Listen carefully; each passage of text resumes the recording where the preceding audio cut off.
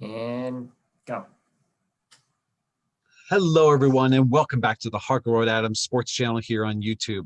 I am your host, Drew Hare, with our analysts, Matt Harkleroad and Chris Adams. Say hi, guys. Hello. Hi, guys. And we are here to talk about the 2020 NFL midseason review. And what we're going to do to start off things is going to play a game called Let's Talk Tiers. Our analysts have broken down every single team in the NFL into 5 separate tiers. And Chris, why don't you go into the methodology about how you guys broke that down? Yeah, so this is sort of a blending of the power rankings motto, where you rank each team kind of subjectively and based on how they're trending and how they perform in games, with the old Bill Parcells method of you are what your record says you are. So we don't have, as Drew said, we've broken down the league into 5 different tiers. We don't have sub rankings within the tiers or sub tiers or anything like that, but we thought there were kind of 5 different levels of where all of our teams are right now after halfway through. So that's how we decided to analyze the first half. Sounds good. Let's just dive right on in. The first tier is Super Bowl or bust. And Matt, I think you guys decided there are 3 teams that usually clearly stand out above the rest. Who are them? Yeah, I think in this category, we're looking for teams that are likely to win a Super Bowl at this point, look most likely, most Super Bowl ready. And I think if you look at that, using that as your goalpost, there are 2 teams that stand above the rest, I think. One's Kansas City, the other one is Pittsburgh, who's undefeated at this point. You take a look at those teams. They are well put together on both sides of the ball at times. And, not that they don't have their problems, but they seem to be the class of the NFL right now. And then you kind of have to throw in a team from the NFC, because if you get to the Super Bowl, you have a good shot of winning. And, the NFC has to put a team in the Super Bowl. Not to say that these teams are far below the other, the first 2, but, we think the class of the NFC at this point looks to be New Orleans, especially after their dominating win last week against Tampa Bay. Another team that looks pretty good, has had some good wins. New Orleans started a little slow, had a little injury problem with Michael Thomas. And Michael Thomas, when he's out, Drew Brees doesn't play as well. It's just been the way that New Orleans offense has worked. It's a big weapon to lose.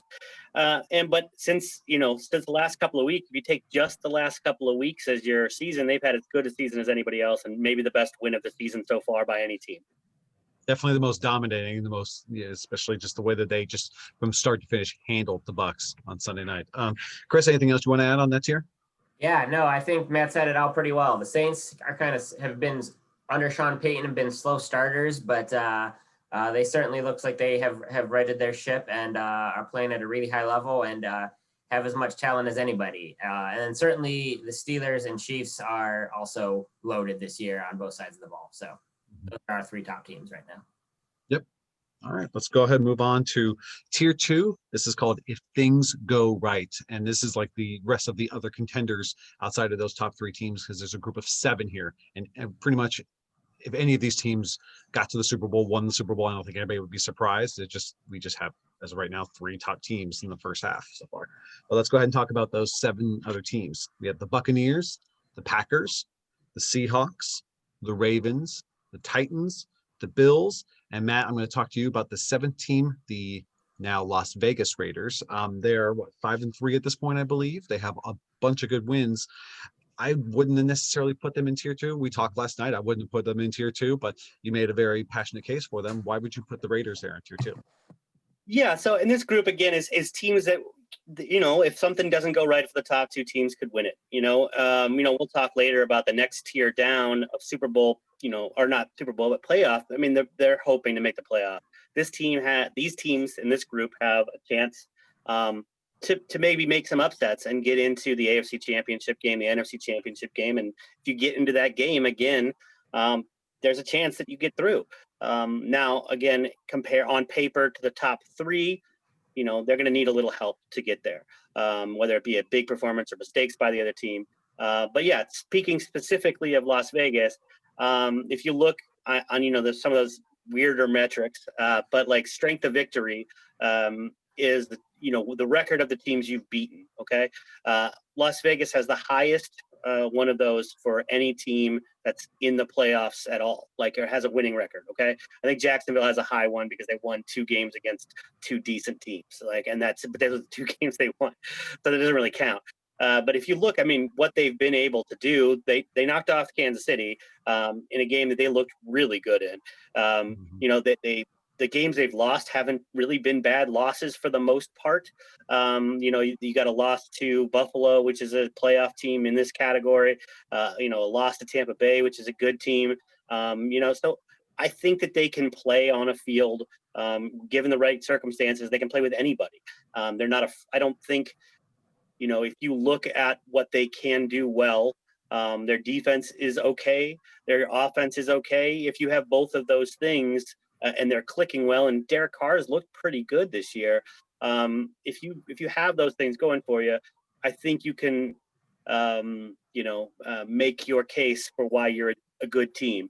And, you know, if you compare this group to the next group down, when we talk about them, you'll say, of all those teams that are in the next group down, which team don't I want to play?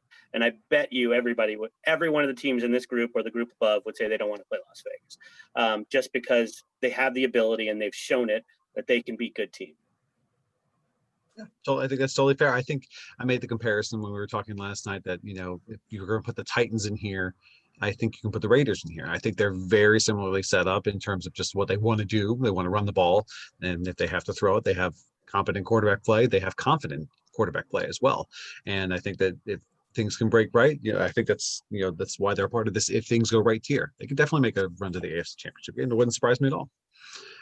Chris, any one of these teams that you think might be able to jump into tier 1, you know, outside maybe like the Packers or Seahawks? So yeah, there's a couple teams on this that I kind of want to touch on right now. So you mentioned one, the Titans.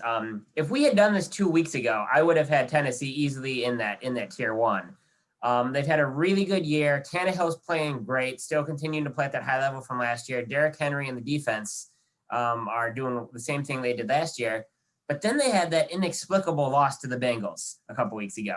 And I have to dive for that. I know a mutual friend of ours who's a big Bengals fan thinks his exact words in a text message were, I watched that entire game and I have no idea how the Bengals won. So it may have been a fluke loss for Tennessee, but I mean, but we can't in good conscience put them in tier 1 with that on their record right now. The Packers are probably the closest team to being in tier 1. You know, they've looked really good. Again, they also had a rough loss to Tampa, and then they had another loss that they shouldn't have. But they're kind of right on that bubble as well. And honestly, the NFC could come down to who between Green Bay and New Orleans, who gets the home field advantage, because whether Drew Brees gets to play in the Dome or has to go to Green Bay in January, that's a very big swing there.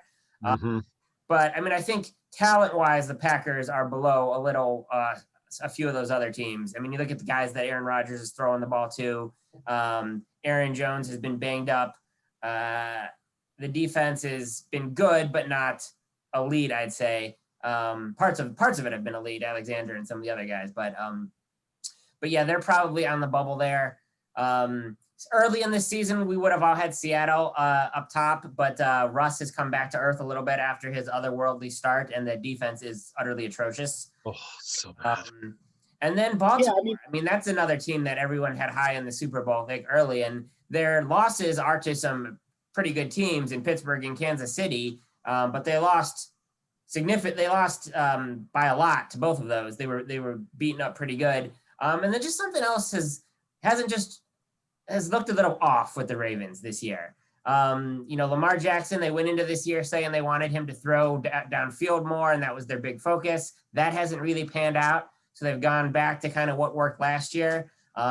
They've been able to feast on a weaker schedule largely. But they are still a very, very good team. There's no doubt about that. The defense is great. So, you know, I would say those teams there, Baltimore, Green Bay, Tennessee, could potentially move up into tier 1, which maybe if I was to pick one of them, I'd probably say Green Bay.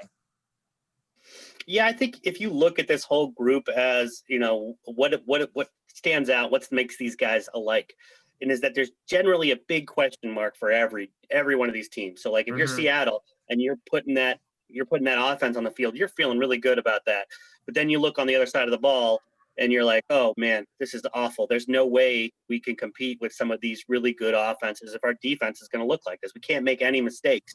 And that's not how you win, a Super Bowl. And you go down to Green Bay. What's their problem? Okay. They don't have a lot of offensive weaponry. Aaron Rodgers is playing really, really well, which helps. And they have a great wide receiver and a good running back when he's healthy. And then there's some question marks, just not a lot there.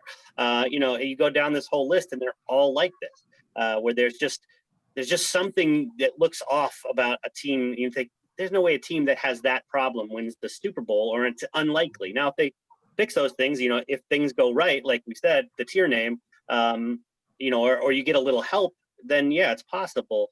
But if I'm picking one team, I think that could climb out of there, Tampa Bay has had, they had a really tough schedule. I mean, if you look at what they've played, the worst team that they've played so far is the Chargers, and then, they have winning teams, Chargers, Broncos, Panthers. They're teams that are okay-ish. They're not the worst teams in the NFL. Maybe the Chargers are borderline, but, the Saints twice, Packers, Raiders, Bears, that's a tough road. They're all reassembled this year for the first time. It's like you can't expect a car that you've never built before with pieces from all different cars to run perfect when you first put it together. So, that's going to take a little while. But I think they might be a team that could sneak back up there again, but they've lost twice to the Saints, so they got no chance of winning their division or anything. But, we've seen teams go from the wild card and do it before. Had they not gotten just utterly manhandled by the Saints this week, we may have had them in tier 1, even if it was a close loss. Right. And that just also brings up with Brady, 43-year-old quarterback, how long can he keep it together? He's been playing at a pretty high level this year, but there are some questions there. Yeah, I think we're all having a different conversation if that Sunday night game was 31-28 versus 33-3 or whatever that ended up being. But yeah, totally agree. All right, let's move on to tier 3. This is called the best case ... playoffs, or Chris, what were we going to call it? The playoff scrum. Love it. Want to make sure you got a chance to say it. So this is actually a pretty wide tier as well. Let's go ahead and talk about those teams. I think we have a total of, if I can count, up to 8, and there's 8. We have the Colts, the Browns, the Dolphins, the Bears, the Rams, Cardinals, 49ers, and the Eagles. And yeah, I think that there's a lot of very interesting teams in here. But I think they're all clearly a step down from the first 10 teams we talked about. So Chris, any team you want to dive into first? Yeah, so just a little bit about this tier. So all the teams on this list are having pretty nice years, right? They're 5-3, maybe 4-5, 5-4. 3-6 3, 5-1 for a certain NFC East team. Yeah, we'll talk about them in a minute and why they're in this group. But this is a category that are in the playoff contention, but probably their ceiling is the first week. They're probably not getting past that first playoff round. And that's why we have the Eagles in this group with an asterisk, because talent-wise, they have played like a tier 4 team, which we'll get to in a bit. But if we're going by the rules, ceiling is the first round of the playoffs. They're going to win that horrible NFC East. It may be with 6 wins, but they will be in there. They will go to the playoffs, and they will leave the playoffs after one round. Yeah, I think that's true. I mean, you look at the pack of these teams, right? And some of these teams are going to make the playoffs, right? They have to. There's no one else to do it. And then the question is, okay, who's the best of the bunch, or who's trending the right way? What's the schedule lineup? But again, just like Chris said, all these teams are going to be excited if they get into the playoffs. And if they lose the first round, no one in their fan bases, besides maybe like delusional San Francisco fans at this point, are going to be like, oh, they should have won every game and they should have gotten it. Everybody else is going to be like, yeah, that's, Miami fans are going to be thrilled. Like if they get into the playoffs, Colts Mhm. fans are going to be thrilled. The Browns Cleveland fans are going to be fans. thrilled. I promise you, as a Browns fan, we'll be thrilled if they get in, right? So, like, Right. there's a whole group of these teams, like, Arizona fans, they're going to be pumped if they happen to get in. And then you, like, kind of look at them and you're like, oh, yeah, well, 2 of these teams from AFC and 2 of these teams plus 1, the Philadelphia, is going to have to get in to the playoffs, to the dance, which is what we're all trying to do. But again, Chris is right. I mean, most of these, can you honestly imagine the Indianapolis Colts going in and winning a playoff game against, let's say not Baltimore, like Pittsburgh or Kansas City? Like there's no chance. Like, like these guys are just happy to get in the dance, and that's not a horrible position to be in, especially for a lot of these rebuilding teams. Yeah, a lot of these are a lot of these are teams on the way up. And then you got like the Niners, who have just been decimated by injuries this year. And then some teams that have like the Bears with a question at quarterback, Colts with a question at quarterback. And then other like Cleveland's got a big question on the defensive side of the ball. Miami, same thing, some questions on the defense. Arizona, some questions on the defense. So again, like we talked about the tier 2 teams, they all had like one question area. Most of these tier 3 teams have a question area, but it's a larger question than the tier 2 teams. Absolutely. Or multiple questions scattered around like Miami. But again, I do want to say they've all had nice years, and they will all be in the playoff hunt during these next 2 months. So it should be fun. Do you guys have one or two teams from this tier that you guys are like the most confident that they could, potentially push their way? I mean, not necessarily they're going to join tier 2, but you feel the most confident that they're going to potentially win their first playoff game if they make it? Yeah. I mean, I really like the way Miami's playing right now. I mean, if we're talking about a team in the AFC, since we've included the Ravens and the Raiders in that previous tier, that leaves one more spot in the playoff hunt to fill. And if you just kind of look at it, I know the Browns have a really easy schedule, but it's not like the Miami Dolphins have a really tough schedule either coming up. I think in the AFC, they look like maybe they're the ones that are going to come out of it. I mean, as a Browns fan, I'd rather it be the Browns, and their schedule's super easy, but they just look so bad when they play a decent team. And I think, unfortunately, 11 wins, might be on the edge of the playoffs. 10 wins, we thought going into the season, 8-8 teams, 9-6 teams might be making it, but the bad side of the NFL is so bad, especially the Jets. But, and then if you look on the other side, you think, okay, you got 2 holes to fill if you consider Tampa Bay, Philadelphia in. And I think maybe the class of those is just the whole NFC West, and that, the Rams and the Cardinals both look good at times, are playing good teams well. So I think those are the 2 teams that jump out, and everybody else just has a, real question mark. I don't know. Those are the ones I feel the best about to fill out those 3 spots. Yeah, I'm going to say in the NFC, I like the Rams to come out of this group, just because they've kind of been like under the radar this whole year. They've had some wins, had some losses, but Aaron Donald's playing at a high level. Jared Goff has been up and down, but he's been good enough. They've been there. They have experience. I don't think they have as big of questions as some of these other teams do. Their running back situation is tenable, but I think I feel good about them. I like the coach. I feel pretty good about them getting one of the NFC playoff spots. All right. Sounds good. Let's go ahead and move on to tier 4. This is called Wait Until Next Year. I need to have on record. Who's he taking in the AFC? Which team's going to get the last spot? I'm going to still go with the Browns. Okay. All right. I thought you might. Here's why. We talked about, again, cards on the table. I'm a Browns fan. You all know that from watching this video. And I did pick them to make the playoffs at the beginning. Although if you remember, I picked them to make the playoffs at 8-8 with a tiebreaker and edging out the Patriots. Which looking like the Patriots are not going to be in the playoffs this year. Couldn't have happened to a nicer group of fellows, guys. I really mean it. But the Browns actually have kind of exceeded expectations. But here's why I think, as Matt said, they have a super easy schedule. they've gotten healthy. No, OBJ is out for the season, but they've got Nick Chubb back. Myles Garrett has had a week to rest. Not only do they play a bunch of weak teams, but they got the Steelers on the last game of the season. And there's a very good chance the Steelers could have the number 1 spot sewn up by then. And then we would be looking at the Browns playing Mason Rudolph in the last game of the season. And that brings its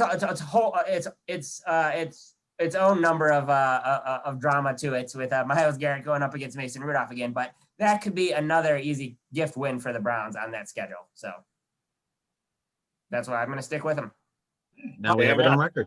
That's fair. Do you guys have a Browns record prediction for both of them? Are they 10-6? Better? Worse? Yeah, I'm gonna. I think 10-6. Like I said, I watched every one of these games, and I just can't see them beating a team they're not supposed to beat.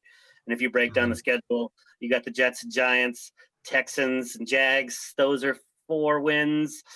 And then there's some sketchiness after that. Maybe they sneak one more out, but yeah, I'd say 9-7, 6-10, somewhere, or 10-6, assuming that we get to complete every game on the schedule. Right. I'm going to say 10-6 because of that Steelers. So I've been like those 4 games that Matt said. They also play the Eagles too. And then I'm going to say this, they get that. So 4 wins out of 5. There's 5 teams that they're going to be favored in, and then I'm going to say that extra win against the Steelers at the end against the Mason Rudolph-led Steelers. Well, 11-5. Wow, nice. No, I'm saying 10-6. I'm saying I'm saying 10-6 would be like. Well, if you count Philadelphia as a win, then that's 10-6. No. I said the Jets, the Giants, the Jags, and one of okay, Houston or Philadelphia. Gotcha. Fair enough. I think that's fair. All right, now we move on to tier 4. Yes. So we have a group of the Lions, Falcons, Texans, Broncos, and Panthers. I don't think I'm missing anybody. That's pretty much the 5 teams there. And I'll open up to either of you guys. Anything else you want to talk about for any of these teams? Yeah, this is our wait till next year group, right? You have some teams that are trending up. You have some teams that are trending down. But these teams aren't going to. Oh, did you say the Patriots in this group, Drew? Did we? Yeah, we can have the Patriots in there. They're in this group. Yeah. Again, you hate to see it. I think Vikings too. I think the Vikings are in this group Vikings too. Yeah. But we missed 1 or 2. That's all right. We'll catch next time. Yeah, but you look at these teams. They're probably looking at an 8-8, 7-9 season. You have some teams like the Vikings got off to a really bad start, but there's talent there. The Falcons, they've been playing better since the coaching change. Houston, another one in that group. So teams like that who kind of dug themselves a hole early that they're probably not going to come out of. And then you have just teams like the Lions and the Panthers and the Broncos who are just okay. Like that's all you can say about them. That look like an 8-8 or 7-9 team. Yeah, I think if you look at this group, none of these guys are probably. Unless somebody makes an incredible run in the NFC. Like say the Vikings go undefeated the rest of the way out, which isn't going to happen. But say that happened, none of these other teams, they don't have a shot at the playoffs, and they're probably not at the point of blowing up their season and trying to get the best picks either. If you look at some of these teams, Matt Patricia in Detroit's playing for his job. The Panthers they're so Jekyll and Hyde at this point that I don't know what you're going to get week to week, but again, they're not trying to blow everything up. The Broncos are probably pretty disappointed with their season so far. But again, they're not, they had a lot of question marks coming in the season. I think they feel like they've answered a couple of them. But as a whole, this is, the also rans of the NFL, the not exciting to see what pick they get. And not exciting to see if they're going to make the playoffs. To just the teams that have to play every week because every team has to play, right? They're obligated to play 16 games in 17 weeks. Yeah, teams that are gonna go through. Like I said, some are maybe on their way up, some are on the way down. They'll be picking like in somewhere in the 10s and the teens, like the early teens. In a great position to draft a nose tackle. So there's not a whole lot there. And again, with Patriots making their debut in this group, you just hate to see it. Well, Bill Belichick's playing 4D chess so he can get Trevor Lawrence next year. That's why I Something thought you like guys that. would be fighting for draft picks at this point. Well, Uh, he'll have a tough time fighting the Jets for that Trevor Lawrence Yeah. pick. oh, they look like He's got to gain up some ground. He's gonna have to lose to the Jets twice on purpose or something. I was gonna say it looked like they were fighting for that number Yeah. one overall pick on Monday night. Yeah, they played this week. Oh God, that was an awful game. I forgot even. I put it out of Yeah. my memory. Ugh. Yeah, Joe Flacco looked like he turned back the clock there, back to the Super Bowl days with the Ravens. All right, and the last tier is fighting for draft picks, as we talked about. That's Jets, Giants, Bengals, Chargers, Jags, Washington Football Team, and the Cowboys. Pretty well established. Those are probably going to be Yeah. 8, 9 of the top 10. I mean, the NFL draft Cowboys picks. is the one that you kind of really have to say here because they're the one team that really nobody expected to be here. A big part of that obviously is just that the horrible injury to Dak Prescott, who was having an MVP caliber season. That was awful. And, we wish Dak the best. But before that, there were major problems on this defense. And, it's really looking like the year away from the game really did not recharge Mike McCarthy's batteries. And because that team looks like it has, despite a high octane offense, they've got lots of problems on the defensive side of the ball and just have lots of issues there. I mean, that was a team that had playoff, maybe Super Bowl aspirations, and is instead fighting for a draft pick. I think the other teams on this list pretty much knew they were going to be picking top 10. And everybody, expected, except for maybe Matt with the Jets, expected them to be the teams here to not have a good season. So whether it's part of a rebuild or whether just they're not there yet, these teams are just really, really bad. Yeah, I mean, if you look at some of these teams and you're like, there's almost nothing positive happened out of this season for any of them. Like, the Jets are in a worse position they were because now it looks like they don't have a quarterback. Washington doesn't look like they have a quarterback anymore. Like everything that could have gone wrong for these teams has gone wrong. There's not a whole lot of light at the end of the tunnel unless the light is Justin Fields, or Trevor Lawrence, one of those two things. And then you're looking at a team like the Giants, and even if they got a high pick, what do they do? Like, I feel like, God, it's been a Browns fan for a long time, so I know what no hope looks like. And if I'm a Giants fan, I just don't see a way out of this hole for a long time. And same thing if I'm a, former, or current Washington football team fan, I just don't, where's the way out? I don't know how you get there without blowing it up, trying to do a Miami Dolphins, which seems to have worked. And then you got the one team that everyone expected to be there, which was the Jacksonville Jaguars, who actually surprised everyone by beating the Colts to start the season. And then they were in a number of other games. But now, especially with the Minshew injury and some of the other stuff, they look to be exactly who we thought they were. So they're doing exactly where they thought they would be this year. And it's looking like they're going to get one of those top 2 quarterbacks as a result. Right. Yep. Yeah. But, if you're a Chargers or a Bengals fan, it looks like they've found franchise cornerstone quarterbacks, and then they're there because they have to get other talent. They just do. Yeah, I mean, the best thing that would happen with either one of those teams, and I don't think it's going to happen because the Jets and Jags and Washington are so bad, but would be for Cincinnati falling into one of those two draft top 2 spots and then just auctioning the pick for probably would be the greatest draft haul. To get one of those 2 quarterbacks to fill their other needs. But that's probably not going to happen. Cincinnati's probably going to slot at number 4. Which they'll still get, a really good player. So good for them. Yeah, they're still probably closer to 2 years away versus 1 year away, but they're working their way there. And that's fine. That's fine where they need to be. Anything else about any of the tiers before we kind of move on? Nope. Right. Talk tiers. All right, we've talked tiers. Let's move on to something else. All right.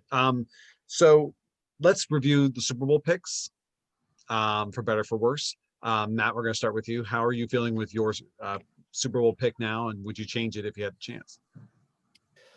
Let me think. Would I change it? Well, I didn't take the Jets to make the Super Bowl, So I think I'm in the clear there. Yeah, I mean, I think Kansas City's still looking pretty good, right? So I'm not too upset about that. Or did I have Baltimore? No, I think you had Seattle over Baltimore. Yeah, you're right. I did Baltimore. Yeah, I mean, I think Baltimore can put it back together. I'm not too upset about that at this point. They again lost two games to two really, really good football teams. Pittsburgh being as good as they are this year probably puts a little damper on what the Ravens, hope to accomplish this year. And the Seahawks, again, they could put it together, but I did not expect this defense to be as bad as it is. I mean, we're talking about like historic levels of bad. And that's impressive when, the Dallas Cowboys just had one of those seasons not too long ago. And we're talking about another one here with a team that's 6-2 somehow. Like, yeah, it's crazy. But yeah, I mean, it's possible they're both, tier 2 teams. Yeah, I mean, striking distance, we'll call it. That works. Chris, how about you? How about your pick? Yeah, I had the Saints over the Chiefs, so I'm feeling really good. Thrilled. That. I mean, I think, as we said earlier, I mean, I know we weren't ranking teams within our tiers, but the Saints are a clear, if we were, they would be a clear 3 behind Pittsburgh and Kansas City. But again, like I said, is if they can get home advantage and not have to go to Green Bay in the winter, maybe they finally exercise the playoff demons and get to the Super Bowl, and then who knows? With Drew Brees for one game, he can still put it all together. Kamara's had a great year. Michael Thomas. Yeah, I'm still happy with my picks. Awesome. All right, let's move on. We have a couple other superlatives before we get out of here tonight. So let's go ahead and talk about the biggest surprise of the first half. Chris, what is your biggest surprise of the first half? It could be player, it could be team, it could be a specific game. What was your big surprise? Yeah, I gotta say the Dolphins. Just the fact that I would not have had them in the tier 3 playoff contenders. Season started. I figured they'd be better. Last year they were expected to go 0-16, 1-15, and then they won 5 games, including beating the Patriots, and still got a quarterback out of it. And I think they've just carried that momentum from that big Patriots win a year ago. See, that's why when you talk about tanking, why tanking is not always the best play, because you don't learn as a team how to win close games when you're not trying to. And again, not that the players aren't trying, of course the players are, but the organizations. But you get a big win like that, and that has residual effects. And I thought that the Dolphins might be in the 6-10, 7-9 range this year, but to be in the playoff contention is huge. And I think Flores is right up there for the candidates for Coach of the Year. We'll see how Tua holds up throughout the rest of the season. And overall, I still don't think there's a ton of talent on that roster. But yeah, they're a great story thus far. And they're playing hard. They're playing hard. And that defense is a heck of a lot better than I thought they were going to be. Matt, how about you? Yeah, I mean, I think, just as a general note, I kind of thought that we would see, like I said, a lot of teams in that 8-8 shuffle for the middle of the pack, trying to get a playoff spot with that 7 extra, team on AFC and NFC. But man, there is a huge difference between the good teams and the bad teams in the NFL, and it shows. We talked about it a couple weeks ago that there wasn't any, there weren't any 2-2 teams. It still remains the case that there's not a lot of mid-tier. I mean, is there a team out there that's 4-4 right now? No, there's not. There's not a team that's 4-4. No. And there's one team that's 4-5, and one team that's 5-4. It's there is this huge break between the good teams and the bad teams, and one whole division is bad. So one of those bad teams is still going to get in the playoffs. So when you really break that down, I mean, it's going to be a battle to get in the playoffs this year, which is going to make it real fun for some of these teams. And a lot of the games are going to be kind of blasé because you're going to be seeing teams that are the 6-2s of the world playing the 2s and 6s of the world, which there are a bunch of. Yeah, I mean, every game's going to matter for those teams fighting for spots. But again, there's, the individual game matchups. There's not probably a ton of really great games on paper week to week that you think you would have seen, with more contentious teams and more, like I said, we're talking about 4 teams competing for one playoff spot, which is interesting, but unfortunately, they don't play each other each week. They're playing the bad teams, or they're playing the teams that are really good. And, I think that's really interesting. I did some quick math accounting. I did this fast, so if I missed one or two, don't hold me to it. But our tiers, 18 teams in the league are in tier 3 or above. So that's what like our playoff contention is. So more than half the league can be considered a playoff contender, and that's not always the case. Right, but also none of those other teams, even out of that tier, have a chance, right? So it's even if you were to say, if you were playing playoff contenders and 14 teams get in, having only 4 more teams, that's not telling you there's a whole lot of middle of the road teams, because a 4-4 team at this point would have a pretty good shot. One of the teams we have in that tier is 4-5, at tier 3, and that's what I'm saying. Like there's an obvious line in the sand between decent teams and bad teams. It's kind of weird that it broke out that way this year. All right. Talked about the biggest surprise. About your biggest disappointment? Is there a team or player, Matt, that jumps out at you?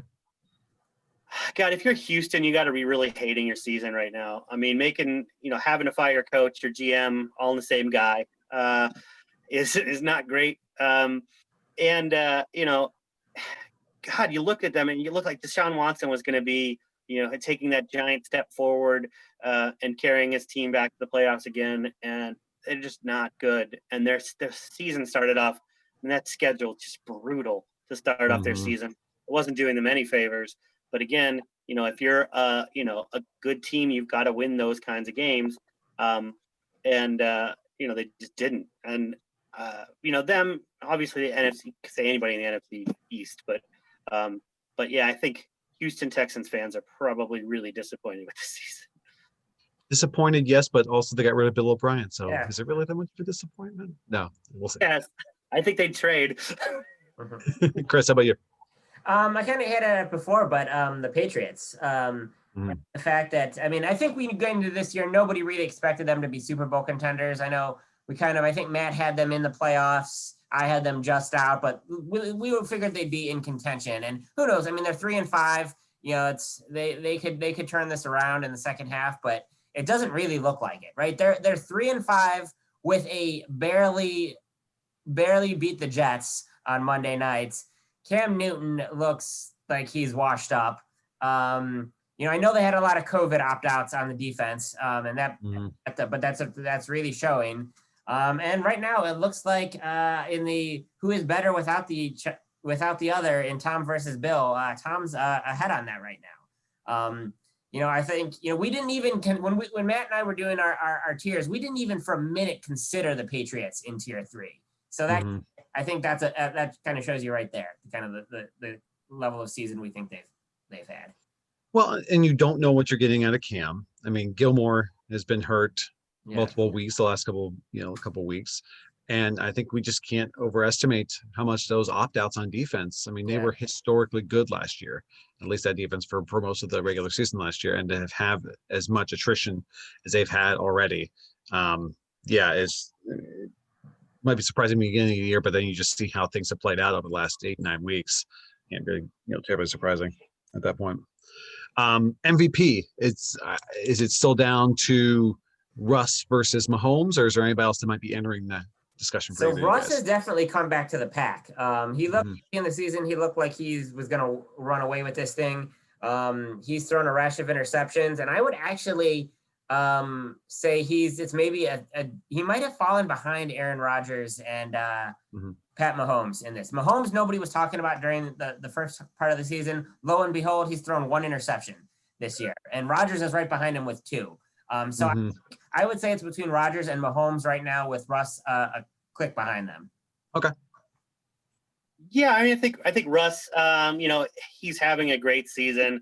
The problem with him is that they're probably going to win significantly less games than Kansas City. And, although we don't necessarily say it's just wins and losses, quarterback's job is to win games. So, that defense isn't going to help him out. I mean, Aaron Rodgers is having a great season.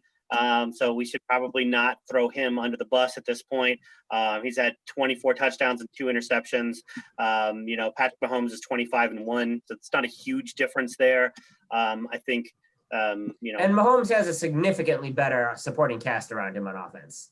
Absolutely. And if we're going to throw in one, non-quarterback, maybe we throw Dalvin Cook into that mix. He's having a really good couple of weeks. It's just, he's on a bad team again. But again, you don't maybe expect your running back to win you games necessarily. So just as another person to throw into the mix. On that note, you could also maybe even make a case for Alvin Kamara too, for kind of kicking that Saints offense when Breeze was struggling a little bit early, and with Michael Thomas not being in there, he's been the one lock for that team this year. Yeah, I think, he's in the top 10, I think, or something in receiving yards or something ridiculous. It's insane that he's where's he at now? I'm sorry, top 20 with 565 yards. So, and that's not counting any of his rushing yards that he has. So, which he's 14th there, 470. So he's got over 1,000 yards of all-purpose offense to this point.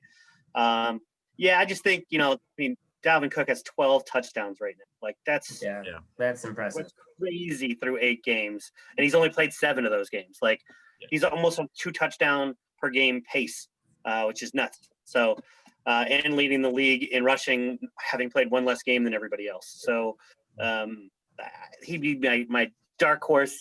They'll never not give it to a quarterback again. But for offensive player of the year, he's my guy right now.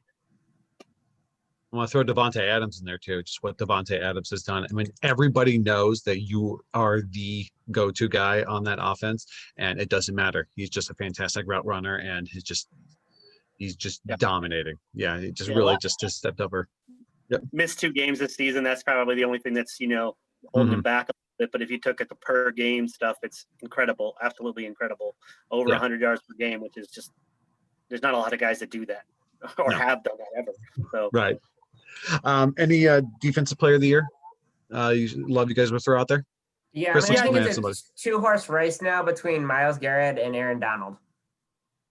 Okay. Yeah, I think that's the clear 2 guys. I mean, there's not a defensive back that's having an incredible season. So you have to look at your pass rushers, and Myles Garrett looks to be leading the pack right now because he's got more forced fumbles, and he's had a couple of fumble recoveries as well. But Aaron is just making sacks, and he just destroys defenses. And even if you were to say which of these guys is more impactful to the game, you can't argue that it's Myles Garrett. Even though Myles Garrett has strip sacks and those things are big. Aaron Donald is just what the guy continues to do at a level.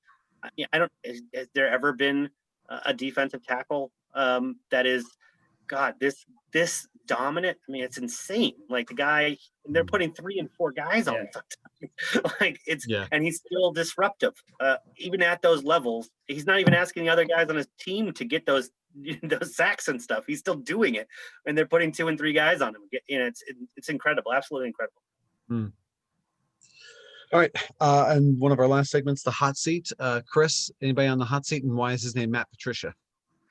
Yeah, I mean, he's probably the next guy to look at, right?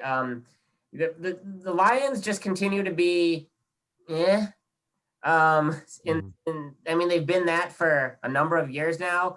They're not bad. They're not great. I mean, I've heard a number of people who I don't bet on the NFL, but I've heard a lot of people who do say they just stay away from the Lions because they have no idea what that team's going to show up one week to another. So yeah, I mean, and it's, he's been there for a while, been up there, 3 years, 4 years. So, we're past the point of where firing him would be a knee-jerk reaction. And he's got to show ownership something there in Detroit. And so far he hasn't really done it. Again, he hasn't been horrible, but he hasn't really shown any reason why he is the guy there. I think when week 9 in the NFL is approaching, or finishing up whatever, and the your home local newspaper reporters are asking you, why isn't this team better after 3 years of you being here? Mhm. Presser, that's a real bad sign. That's not a question you want to get asked. And the answer, he doesn't have one. Like, that's the thing. Mhm. I think there'll probably be somebody else that ends up getting fired that maybe doesn't deserve it. Or a guy like Joe Judge or something, could happen. Why not? Well, I mean, obviously Adam Gase we all think he's going to be gone after the season, but for whatever reason, the Jets are committed to not making a move in season, which I guess maybe Greg Williams has had, who would be the presumptive interim coach there. He's had some successes in interim before. Maybe they don't want to risk a chance of getting Trevor Lawrence. I will throw another name out there, and that's Zach Taylor in Cincinnati. Interesting. Second year, and they don't have a ton of talent, but how he manages Joe Burrow the rest of this season is going to be huge. Like, what situation is he putting him in? Does he continue to have Burrow throw 50 times a game and get his brains beat in? Cincinnati, again, they don't have a ton of talent, but they have lost a bunch of really close games. And again, being Browns fans, Matt and I, have a PhD in watching bad coaching. So we've seen it, and we've seen teams manage to snatch defeat from the jaws of victory, and a lot of that comes on coaching. So, Taylor could be under the microscope this year, especially if they decide that he's just not the guy to get Burrow through to the next level. So that would be maybe a name that to throw out there that's maybe not an obvious choice for being on the hot seat, but could be gone at the year end. You know who I want to throw out a name? How about Anthony Lynn with the Chargers? I mean, you talk about snatching defeat from the jaws of victory. I mean, it seems like that's what they do every single week. They might have a franchise quarterback. They might have, Austin Eckler when healthy. They have a lot of talent. Offensive talent. Bosa and whatnot on that. On the defense. That's a good one too. Yeah. But they just look like they either get outcoached or they just have just so many bonehead mistakes and decisions that cost them football games. Yeah, definitely could happen. There's not a whole lot of reason to keep the guy there at this point. But, what did you expect from the Chargers really? With you weren't even starting your rookie. You weren't planning on starting a rookie. The bright bulb of the season wasn't even something you wanted to do. It's one of those things that, why not? But again, what are you going to get that's better? I don't know if I've been, shocked by Anthony Lynn's horrible coaching ability or anything, but it could happen. Such a fall from grace for being somebody's Super Bowl pick from last year. That's for sure. Yes, for sure. I don't know who would have done it. I don't know who would have done it either. As we finish up, any kind of my picks long shots. There's no fun in just betting chalk all the time. Fair enough, and that's why you went with the Seahawks. And hey, is that worse than picking the same team every year and just expecting and then them losing in a heartbreaking fashion and then picking them again, just expecting a different result? I don't know. If we're betting, we're doing the same. That's the thing. As we finish up, any kind of final thoughts you guys have about just how the things have gone in the first 9 weeks of this year? Yeah, I mean, I think pretty well, all things considered. We've certainly the league has not been immune from COVID. As we've had some games canceled, we've had some mini outbreaks, but I think they've done a pretty good job containing, and I think they've figured it out as best they could. And I'm glad that they're talking about the possibility of adding that 8th team if they need to cancel games. That worked out pretty well with baseball this year, the expanded playoffs. So it's good that they're thinking and they're talking. But the quality on the field has not slipped. I know we talked about the rush of injuries early in the season. Knock on wood, that stabilized a little bit. Again, other than that horrible Dak Prescott injury. But a lot of the quality, the play is high. You're getting really good play out of the quarterbacks. We talked about, Joe Burrow looks like a franchise quarterback. And Justin Herbert, I don't think anyone really thought he would be this good, has been great. With the quarterback play, one other thing though, is there a stat that's maybe that it's more hollow right now than the 300-yard passing game or passing yards in general? Because like there are some, very average quarterbacks who are throwing for a boatload of yards week in and week out and not getting wins. So I remember even like 10 years ago, throwing for 300 yards was like a bellwether great day in the NFL. And now it's just kind of like, I remember Josh Allen had 0 300-yard games coming into this year, and then all of a sudden he's like 5 or 6 in the first half, something like that. Yeah. Matt, anything for you? Yeah, I mean, I think the big storyline's been the COVID thing. The whole season is going to continue to be that. Hopefully, they can get through without canceling too many games. You can see what's going on with the NCAA right now, with games getting canceled every weekend, multiple games by the same team, in fact. So, yeah, I mean, I'm hopeful that they can do it. It seems like the NFL has kind of figured out a way, and maybe it should have always been this way, that they kind of are doing podding, where they do all their meetings apart, and then, they get together for their practice, and then they split back apart again, so that you don't have that risk. And, maybe they've always kind of operated that, but I never really put 2 and 2 together, that, they're not having these giant team meetings like you see in the preseason during, in Hard Knocks. And maybe that just stuff doesn't happen, or they're doing it all. But, the couple of inter-team transmission things, besides the Titans just not wearing masks in the buildings and doing those things, besides that one, it's been like one guy gets it and then another maybe passes it to 1 or 2 other people that he's working out with or something, and then it's it's gone. It's really interesting that they can get away with it better than, say, like all of baseball could, and you almost think that these guys are together throughout the week, but maybe just the way football works when you're not also students, maybe that kind of allows for some more social distancing, because it seems to be working, and it's kind of crazy that it is. I did not expect it to work as well as it is, and especially with as bad as rates are across the whole country, it seems that the NFL is almost sneaking under the radar without too many big games lost by big players. I mean, maybe you could lose Ben this week, Big Ben. Roethlisberger looks like he's not going to play this week, but a couple of other stars, Cam Newton once, but really you'd think thered be more, and there fortunately hasn't been. Yeah, and I don't think we've had a postponement or have to readjust the schedule in almost 4 weeks, 5 weeks at this point. It's been like week 3 or week 4, I believe. They're doing a great job of catching it before it gets a chance to spread somehow. And then also, I think, honestly, I don't know if these teams are seeing each other during the week. Like, I'm pretty sure they're staying like the pod of running backs in a pod, and then they have the practice squad running backs probably aren't even seeing those guys, and it's whatever they're doing seems to be working. And it, I guess if that's the NFL's doing as a as a whole, that they got together and said, hey, this is what you guys need to do to make this work, or if it's just the way football kind of works at that level. It's really interesting to watch that it hasn't been a bigger issue, because God, it's such a huge issue everywhere else. Yeah, absolutely. Let's hopefully it doesn't continue to impact the NFL going forward. But yeah, I think it's a good place for us to end tonight. So thanks to everyone for joining us. We can be checking back in a couple of weeks. But in the meantime, follow us at Hark-Adams Sports on Twitter. Subscribe, follow us here on YouTube. And for Matt and for Chris, my name is Drew. We'll talk to you guys again soon. Bye, everyone. Yeah.